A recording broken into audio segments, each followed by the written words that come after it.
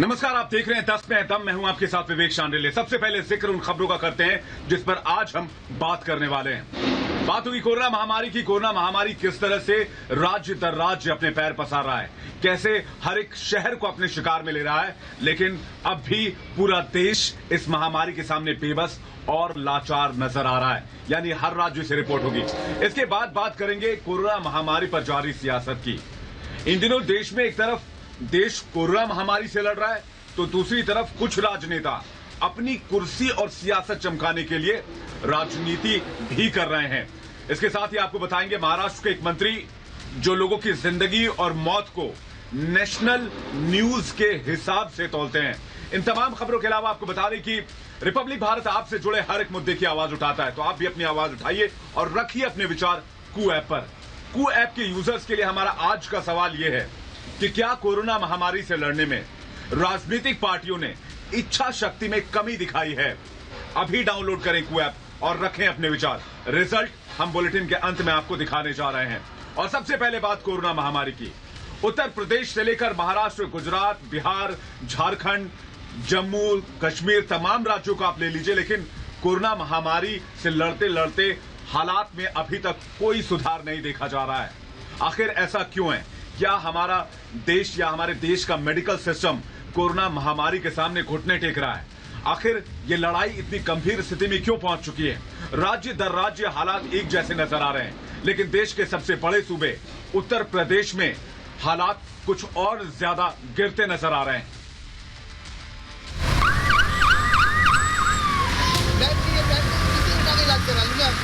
कोई भी आगे नहीं आ रहा और कह रहे हैं आपको आधे घंटे के अंदर खाली करना। मैं अपने बच्चों को कहाँ लेके जाऊँ?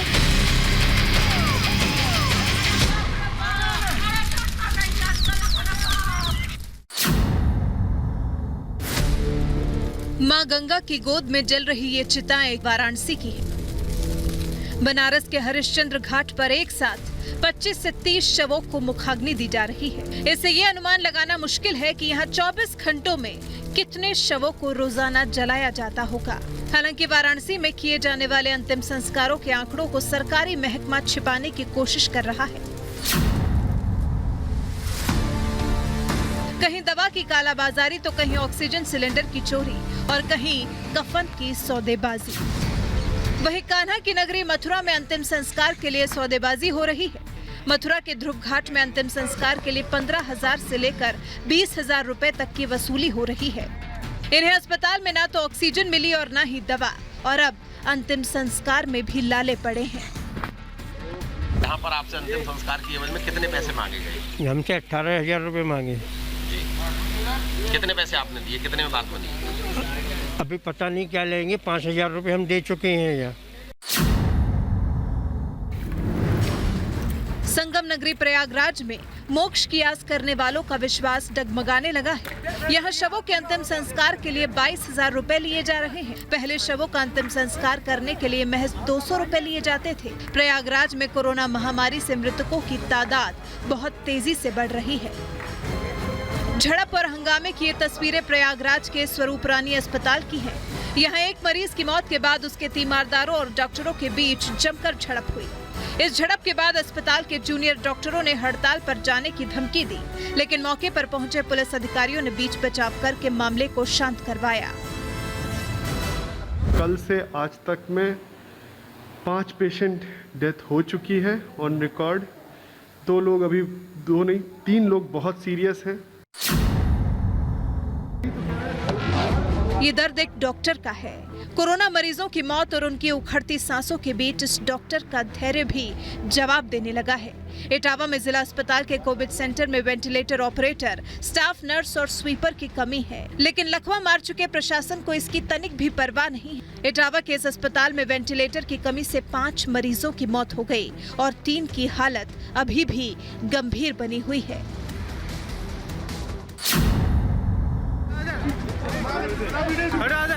इस तस्वीर को देखकर जनता के गुस्से का अंदाजा लगाया जा सकता है। उत्तर प्रदेश के बरेली में एपेक्स हॉस्पिटल के मैनेजर को लोगों ने खंबे से बांधकर उसकी पिटाई की। पुलिस के मुताबिक कोरोना मरीज का शव बदलने और इलाज में लापरवाही से लोग नाराज थे। बताया जा रहा है कि अस्पताल ने किसी दूसरे मरीज का शव दे दिया था, जिससे गुस्साए लोगों ने जमकर हंगामा किया।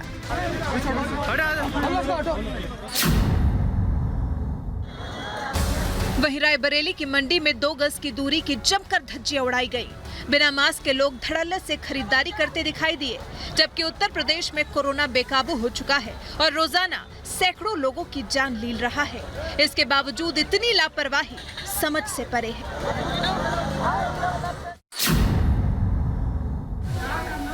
वहीं लखनऊ के एसजीपीजीआई में बीमार और लाचार सिस्टम की तस्वीर देखने को मिली।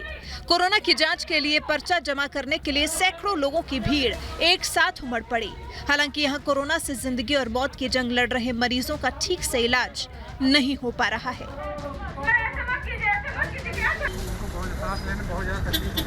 लखनऊ में तो कोरोना के मरीज एक एक सांस के लिए तरस रहे हैं, क्योंकि यहाँ ऑक्सीजन की किल्लत लगातार बनी हुई है। वहीं प्रशासन ने कहा कि ऑक्सीजन सिर्फ अस्पतालों को मिलेगी, यानी कि आपको ना तो अस्पताल में जगह मिलेगी और न ही दुकान पर ऑक्सीजन का सिलेंडर। नहीं सर, ये लोग कह रहे हैं कि केवल हॉस्पिटल वाले को मिल रहा है जिनका लिस्ट में नाम है। तो कौन से अस्पताल हैं जिनका लिस्ट? नहीं, इसमें तो वो वही जानते हैं किस किस हॉस्पिटल का नाम है। मेरे हॉस्पिटल का नाम नहीं है। वहीं चंदौली में कोरोना मरीजों के इलाज में भारी लापरवाही के मामले सामने आ रहे हैं। यहां एक मरीज की मौत हो जाने पर परिवार वालों ने जमकर हंगामा किया।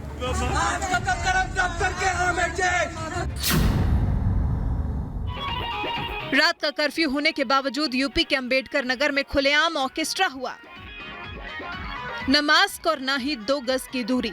अगर यूपी में ऐसे ही हालात रहे और ऐसे आयोजनों पर रोक नहीं लगाया गया तो कोरोना के महाविस्फोट को कोई नहीं रोक सकता।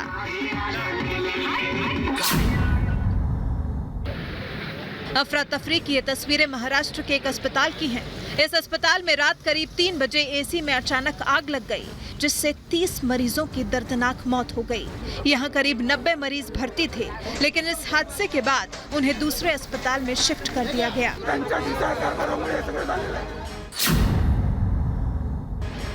जबकि जबलपुर के गैलेक्सी हॉस्पिटल में ऑक्सीजन सिस्टम के खराब होने से 5 मरीजों की मौत हो गई, जबकि इस अस्पताल में करीब 150 मरीज थे। जब मरीजों के परिवार वालों ने हंगामा करना शुरू किया तो मौके पर पहुंची पुलिस ने कार्रवाई का भरोसा देकर मामले को शांत करवाया। तो 1.5 घंटे तक यहाँ पे ऑक्सीजन नहीं थी रात को, इसलिए उनको मालूम पड़ गया था। बहुत सारे पुलिस वाले इसलिए इकट्ठे कर गए थे, उनको मालूम हो गया था कि कुछ ना कुछ गड़बड़ हुई है यहाँ पे। हाँ, मेरी मम्मी का ये लोग जान ले लिए। 4 घंटे 1 बजे से हम दौड़ रहे हैं इन लोग के पास, कोई डॉक्टर नहीं है। कंट्रोल रूम में हम 50 बार कॉल किए, हेल्थ मैनेजर के पास 4 बार कॉल किए, नहीं कोई रिप्लाई नहीं दिया। ये हाल सुशासन बाबू के शहर पटना का है, जहां ना तो डॉक्टर हैं और ना ही नर्सिंग स्टाफ। यहाँ कोरोना की एक मरीज की मौत के बाद उसके परिवार वालों ने जमकर हंगामा किया और एनएमसीएच अस्पताल के डॉक्टरों से मारपीट भी की। इस घटना के बाद जूनियर डॉक्टरों ने काम ठप कर दिया।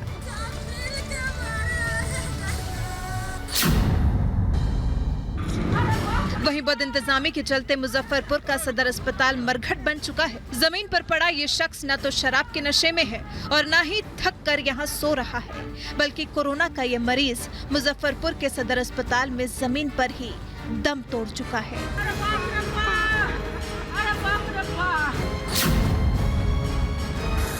जन्नत से जहन्नुम बन चुके जम्मू में ऑक्सीजन सिलेंडर तो दूर, ऑक्सीमीटर भी नहीं मिल रहा। यहाँ कोरोना मरीजों को न तो सांस लेने के लिए ऑक्सीजन सिलेंडर है और न ही उखड़ती सांसों का हिसाब किताब रखने के लिए ऑक्सीमीटर। सर, आपसे ये जानना चाहूँगा, लगातार जो ऑक्सीमीटर की मांग बढ़ रही है, सप्लाई क्या है? सप्लाई की सर शॉर्टेज है, जो गुड क्वालिटी का माल है मार्केट में मिल नहीं रहा है ना।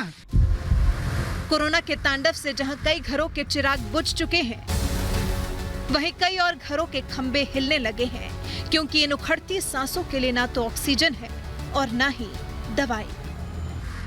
Bureau report, Republic Bharat. एक तरफ देश में कोरोना को लेकर लोगों में दहशत है, लोग कोरोना से लड़ाई में अपनी सांसें एक एक सांसें गिन रहे हैं, लेकिन दूसरी तरफ राजनेता क्या कर रहे हैं? राजनेताओं को अपनी कुर्सी की चिंता हो पड़ी है। कुर्सी बचाने के लिए गंदे गंदे दांव पेच खेले जा रहे हैं। मैं किसी एक पार्टी या एक राजनेता का नाम नहीं ले रहा, लेकिन जब आप ये स्टोरी देखेंगे तब आपको समझ आएगा कि लोगों की एक तरफ जहां सांसें उखड़ रही हैं, तो वहीं दूसरी तरफ राजनेताओं को अपनी कुर्सी की चिंता सता रही है। देखिए रिपब्लिक की एक्सक्लूसिव स्टोरी।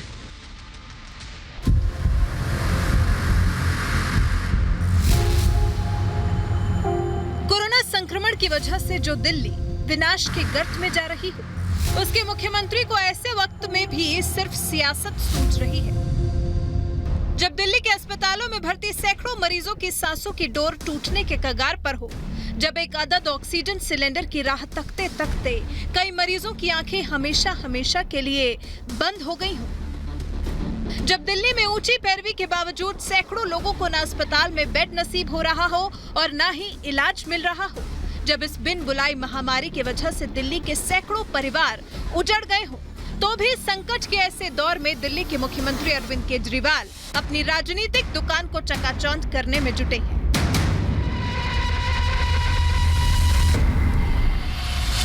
हालांकि कोरोना संकट पर ओछी राजनीति करने की वजह से उन्हें शर्मसार भी होना पड़ा, जब वो इस महामारी की वजह से सबसे ज्यादा त्रस्त 9 दूसरे राज्यों के मुख्यमंत्रियों की ही तरह वर्चुअली एक बैठक में शामिल हुए, जो प्रधानमंत्री नरेंद्र मोदी की तरफ से बुलाई गई थी। लेकिन एक बार फिर तेजी से पैर पसारते कोरोना संकट पर मंथन के दौरान केजरीवाल हल्की राजनीति करने से नहीं चूके। हालांकि उनकी ये चोरी रंगे हाथों पकड़ी भी गई। प्रधानमंत्री नरेंद्र मोदी ने खुद उनकी चालाकी को पकड़ लिया। मेरा विश्वास है देश में अगर कोरोना के खिलाफ एक नेशनल प्लान होगा तो हम सभी राज्य सरकारें और केंद्र सरकार मिलके इस दिशा में काम करेंगे। सर, कोरोना की वजह से दिवंगत आत्माओं को शांति मिले। हाँ जी सर। ये हमारी जो परंपरा है, हमारे जो प्रोटोकॉल है, उसके बहुत खिलाफ हो रहा है कि कोई मुख्यमंत्री ऐसी इन हाउस मीटिंग को लाइव टेलीकास्ट करें। ये उचित नहीं है। ये हमने हमेशा संयम पालन करना चाहिए। और ऐसी एक हाई प्रोफाइल मीटिंग का लाइव प्रसारण करते हुए दिल्ली के मुख्यमंत्री अरविंद केजरीवाल पकड़े गए, और उनकी हल्की और ओछी राजनीति को पकड़ने वाला कोई और नहीं बल्कि खुद प्रधानमंत्री नरेंद्र मोदी थे, जिसके बाद अरविंद केजरीवाल सख्ते में आ गए। कुछ पल के लिए वो समझ ही नहीं पाए कि अपनी इस करतूत पर क्या सफाई दे। जब कुछ नहीं सूझा तो उन्होंने माफी मांग ली। ठीक है सर, इसका ध्यान रखेंगे आगे से। सर, मैं सभी आत्माओं को शांति मिले, जिन जिन लोगों का इस दौरान कोरोना की वजह से जिनका देहांत हो गया, और उनके परिवारों को दुख सहने की शक्ति दे। अगर सर मेरी तरफ से कोई गुस्ताखी हुई है, मैंने कुछ कठोर बोल दिया, मेरे आचरण में कोई गलती है, तो उसके लिए मैं माफी चाहता हूँ। दरअसल इस बैठक में जब दिल्ली के मुख्यमंत्री अरविंद केजरीवाल की बोलने की बारी आई तो उन्होंने चुपके से इसे लाइव कर दिया। उनको इस बात का अंदाजा नहीं था कि प्रधानमंत्री नरेंद्र मोदी को उनकी इस करतूत की खबर लग जाएगी। प्रधानमंत्री ने भी बिना वक्त गवाए केजरीवाल के इस रवैये पर नाराजगी जाहिर कर दी, जिसकी वजह से अरविंद केजरीवाल को 9 और मुख्यमंत्रियों के सामने माफी मांगनी पड़ गई। लेकिन कोरोना संकट में भी राजनीतिक अवसर तलाश रहे अरविंद केजरीवाल ने अपने राजनीतिक भविष्य को संवारने का कोई मौका नहीं छोड़ा। उन्होंने जानबूझकर ऐसी बातें की जो लीक हो सके। साफ है कि 10 सबसे त्रस्त राज्यों के मुख्यमंत्रियों के साथ पीएम मोदी की बैठक के दौरान केजरीवाल की तरफ से कही गई हर बात राजनीति से प्रेरित थी, वो भी तब जब दिल्ली में कोरोना का कहर लॉकडाउन के बाद भी बढ़ता ही जा रहा है। पिछले 24 घंटों में रिकॉर्ड 306 लोगों की संक्रमण के कारण मौत हो गई। संक्रमण दर भी 36% से ज्यादा हो गई है। अकेले गुरुवार को 26,000 से ज्यादा नए संक्रमित भी मिले हैं। लेकिन ऐसे गंभीर हालात में भी अरविंद केजरीवाल को सिर्फ सियासत सूझ रही है। Bureau report, Republic Bharat. Maharashtra के एक मंत्री का बयान बेशर्मी की तमाम हदों को आज पार कर गया। ना तो मैं इस मंत्री का नाम लेना चाहता हूं, ना वो बयान यहां पर कोट करना चाहता हूं, लेकिन जब ये स्टोरी चलेगी तो आपको मंत्री जी का नाम भी दिखेगा, चेहरा भी दिखेगा और वो बयान भी सुनाई पड़ेगा। लेकिन इससे भी बड़ी बात ये कि एक तरफ जहां लोगों की सांसें उखड़ रही थी, तो मंत्री जी मरीजों की मौत को नेशनल न्यूज के हिसाब से तौल रहे थे।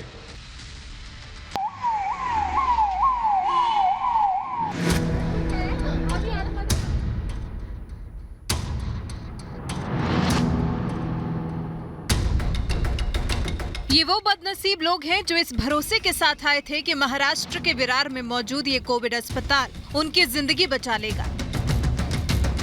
कोरोना वायरस से संक्रमित होने के बाद उन्हें और जिंदगी जीने की मोहलत मिल जाएगी, लेकिन उन्हें कहां पता था कि उनकी सकारात्मक सोच दीर्घायु नहीं है। कोरोना के संक्रमण से वो एक बार बच भी जाएं, लेकिन अस्पताल में लगी आग से उनका बचना नामुमकिन है, जो एयर कंडीशनर में हुए विस्फोट की वजह से लगी थी, जिसकी वजह से कोरोना संक्रमण से बहादुरी से जूझ रहे 15 कोविड मरीजों की जिंदगी स्वाहा हो गई, जिनमें 5 महिलाएं भी शामिल थी। लेकिन कोरोना महामारी की वजह से सबसे ज्यादा त्रस्त महाराष्ट्र के स्वास्थ्य मंत्री राजेश टोपे इस घटना से बिल्कुल भी आहत नहीं दिखे। दुख जाहिर करना तो दूर की बात, इस दर्दनाक और खौफनाक घटना को वो तरजीह देने के लिए भी तैयार नहीं हुए। ये घटना जो घटी है उसके बारे में नेशनल न्यूज नहीं है ये, लेकिन हम हमारी तरफ से राज्य सरकार की तरफ से पूरी मदद करेंगे। और बाबा ये राज्य सरकार के हद तक हम जरूर पूरी मदद करेंगे।